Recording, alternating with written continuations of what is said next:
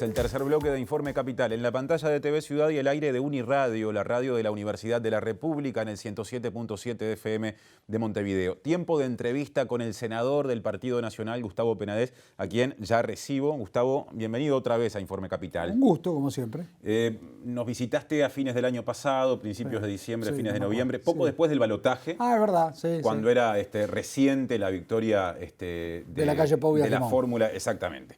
Luis Lacalle Pou, Beatriz Argimón. Ahora volvés en carácter de senador del partido de gobierno, coordinador de la bancada de ese partido en la Cámara de Senadores, en la Cámara Alta, y además presidente de la comisión especial de esa Cámara vinculada al proyecto de ley de urgente consideración. Exacto. En el, periodo anterior había sido diputado. En el periodo anterior diputado.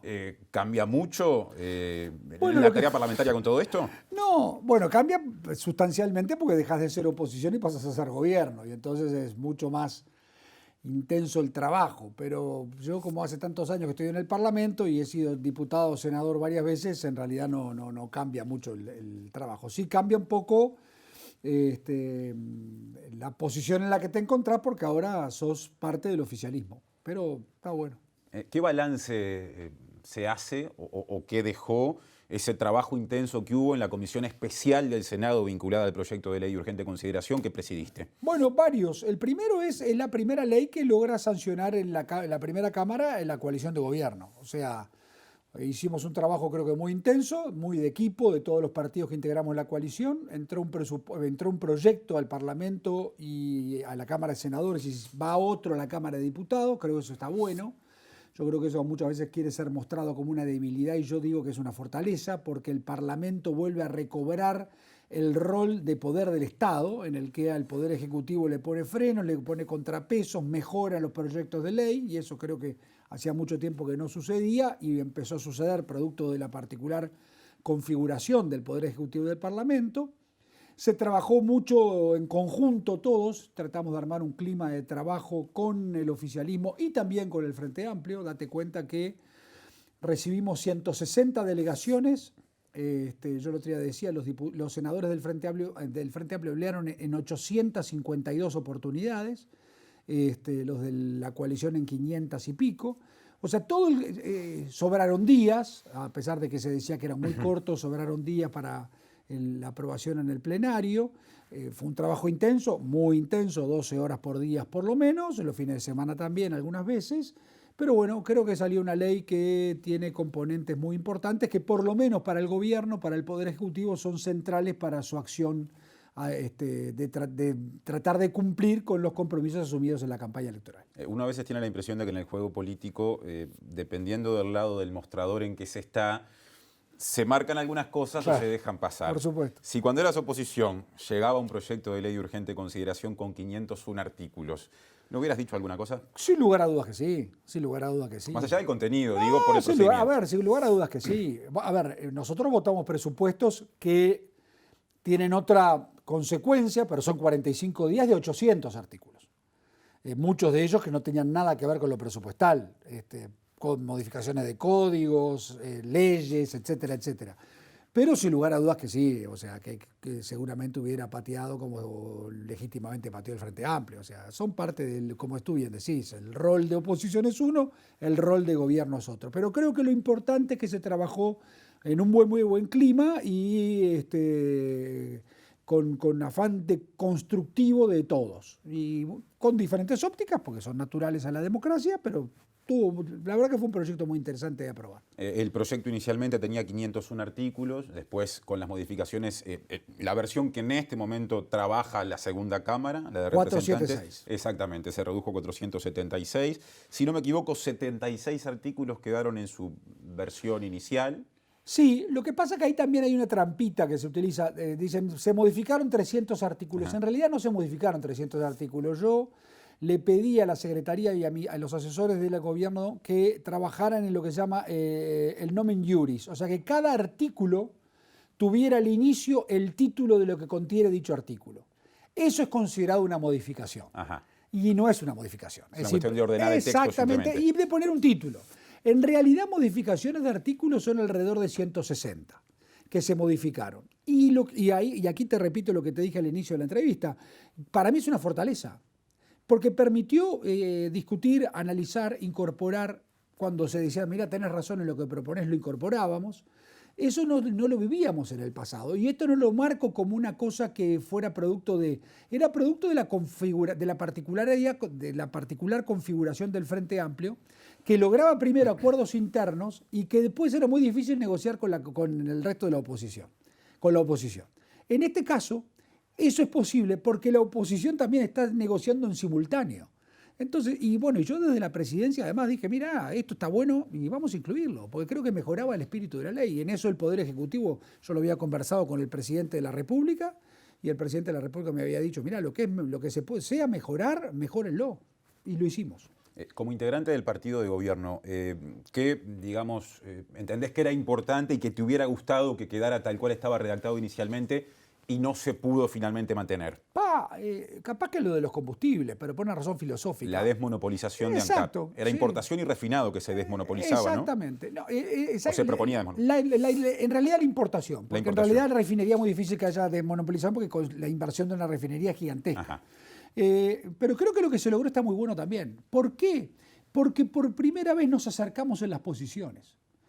Quizás nosotros abandonamos una posición en la cual decimos, bueno, o por lo menos decimos, bueno, vamos a una posición de diálogo y el Frente se acerca a nosotros también. Cuando tradicionalmente el Frente se negaba a la discusión de lo que eran el tema del rol de las empresas públicas, acá no estaba en cuestión ni la propiedad, porque se decía, ANCAP sigue siendo pública, va a ser una empresa pública, queremos que siga siendo una empresa pública. ¿Cuál era el objetivo que buscábamos? Bajar el precio de los combustibles. Si esto que logramos entre todos va a habilitar, quizás en un plazo un poco más largo, que eso suceda, bienvenido sea también. Nosotros hubiéramos preferido el otro camino, pero en política hay 4 palabras que no hay que utilizar jamás. Todo y nada, siempre y nunca.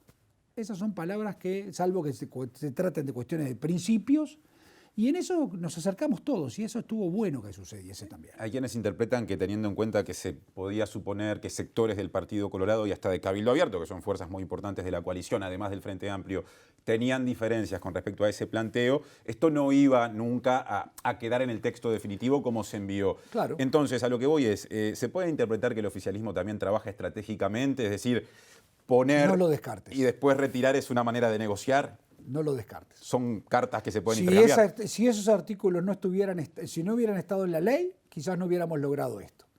No lo descartes. Pensando o pasando al trabajo en la Cámara de Representantes, el diputado de otro de los partidos que forma parte de la coalición, Iván Posada, adelantó que, si bien en general apoya el proyecto de ley en su redacción actual, algunas cosas no las va a votar. Por ejemplo, habló del artículo 11, ¿no? Que habla de quien obstaculice, agravie, insulte por palabras, escritos o hechos a un funcionario policial en ejercicio de sus funciones o con motivo de esta será castigado con una pena que puede llegar a ser, según alguna modificación, de hasta 1 año y medio. ¿A qué se debe? ¿No es una sanción demasiado fuerte? No, a ver, lo que no podemos confundir es quien aplica esa sanción no es la policía, es la justicia. Y la justicia lo hace a través de la participación de un fiscal y del juez. Y no nos olvidemos que en el Código General del Proceso que se está aplicando está el procedimiento abreviado, está el mecanismo de la negociación.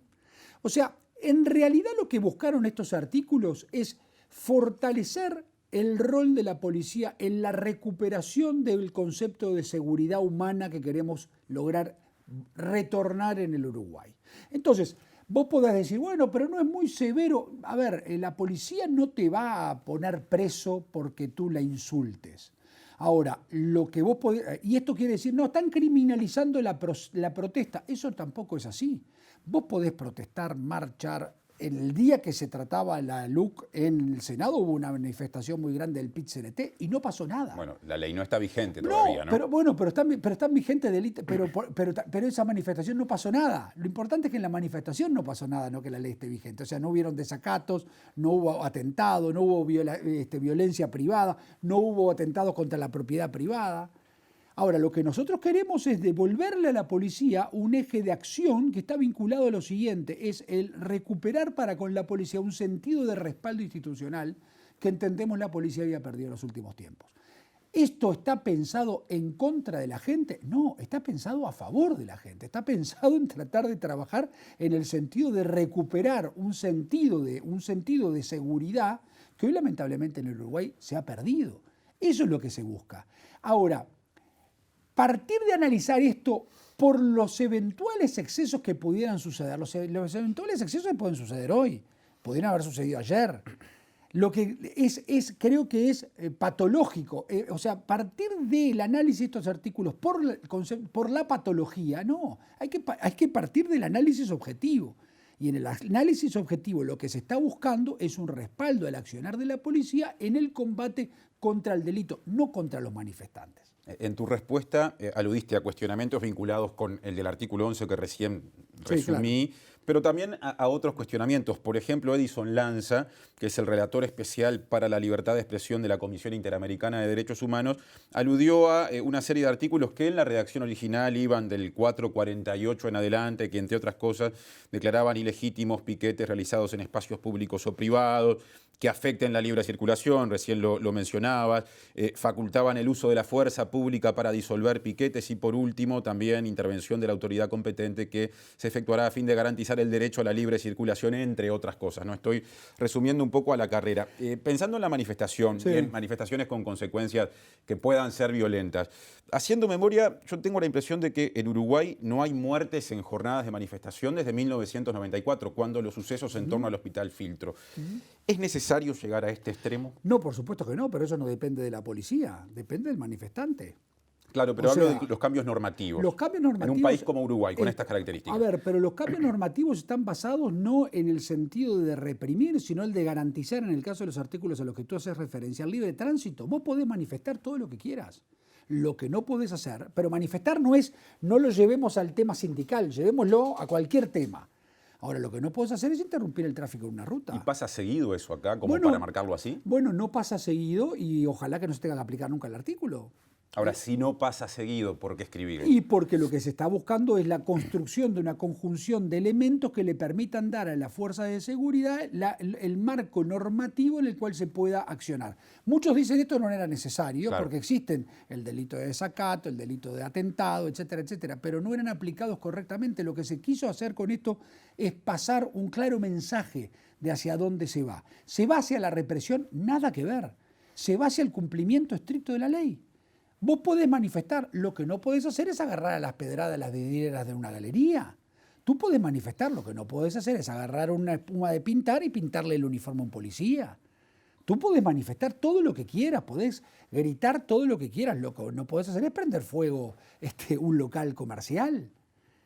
Entonces, eso es lo que se busca restablecer. Esas cosas han sucedido, y no están vinculadas a temas ni políticos, ni sindicales, ni gremiales, a veces hasta por el festejo de algunos partidos de fútbol hemos visto desmanes de todo tipo. En el centro de Montevideo. Bueno, ahí está. Entonces, eso es lo que se pretende buscar. Penades, nos queda poco tiempo y evidentemente de 476 artículos. Me tenés que invitar casi un mes. No podemos hablar, pero me quiero detener en uno que justamente volviendo a Iván Posada, sí, como diputado de uno de los partidos que forman parte de la coalición, recibió en las últimas horas en alguna nota de prensa de su parte algún cuestionamiento, antes lo había tenido de la bancada del Frente Amplio, y es el que flexibiliza algunas condiciones, o cambia, mejor dicho, algunas condiciones de la ley de inclusión financiera, permitiendo transacciones por fuera de los medios bancarios o electrónicos de hasta $100.000. Exacto. ¿No se le facilita con esa disposición a organizaciones delictivas el accionar? Pienso, por ejemplo, para poner el ejemplo cantado, un grupo vinculado al narcotráfico que quiera adquirir un auto. Puede hacerlo con plata en mano si eso se aprueba. Puede hacerlo con plata en mano, lo que pasa es que el que vende el auto, el que en todo caso emite el título correspondiente, lleva adelante los controles debidos al respecto. O sea, aquí lo que se está haciendo no es abandonar ninguna de las medidas que hasta ahora no existían. Lo que es darle más libertad en el tema de la inclusión financiera a los ciudadanos de poder actuar con los mismos controles que existían. Ahora, con esos controles a los que usted hace referencia, aquí entró un argentino, metió 5 autos, metió millones de dólares, tenía un avión y nadie se dio cuenta de nada. en ese mismo tema en el que existía esto, por Puerto Camacho, en el departamento de Colonia, cerca de Carmelo, entraron cientos de millones de dólares y nadie se dio cuenta. Y así sucesivamente, porque creo que es un error analizar estas medidas desde el punto de vista de la patología. Lo que hay que buscar es, ¿qué se busca con estas medidas? ¿Se busca la opacidad, como se dice? No, se busca devolverle al ciudadano libertades que antes de opción que había perdido.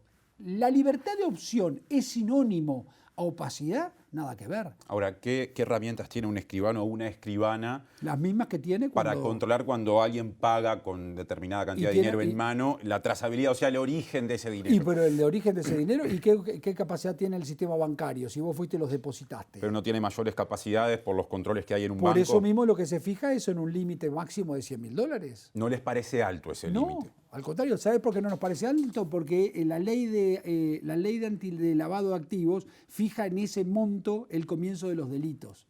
Y a su vez también en ese monto está fijado algunas de las consideraciones que a nivel internacional también se aplican. Uno de los técnicos que nos asesoraron, que fueron muy críticos con el inicio de algunos artículos que fueron modificados, que fue el doctor Leonardo Costa, decía que $100.000 es una cifra razonable para comenzar desde ahí a hacer a través de instituciones financieras y bancarias. Ahora, Costa también dijo que se corría riesgo con algunos de estos cambios de que Uruguay volviera a la denominada lista gris de la OCDE. ¿Ustedes qué dicen a propósito? Los riesgos que se podían haber corrido en el texto original fueron modificados.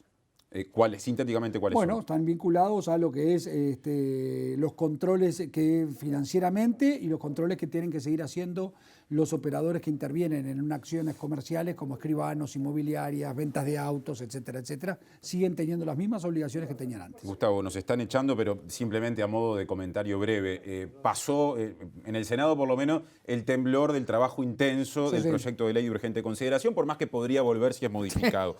A futuro, me decía fuera de aire, vienen rendición de cuentas y presupuesto. Sí, yo creo que este año las tres grandes leyes que llevarán una gran discusión, van a haber otras seguramente, pero son la LUC, la rendición de cuentas y el presupuesto nacional. Gustavo Penades, gracias por la visita otra vez. Un placer, como siempre. Seguimos adelante en Informe Capital, hacemos una pausa y venimos con el último bloque por la pantalla de TV Ciudad.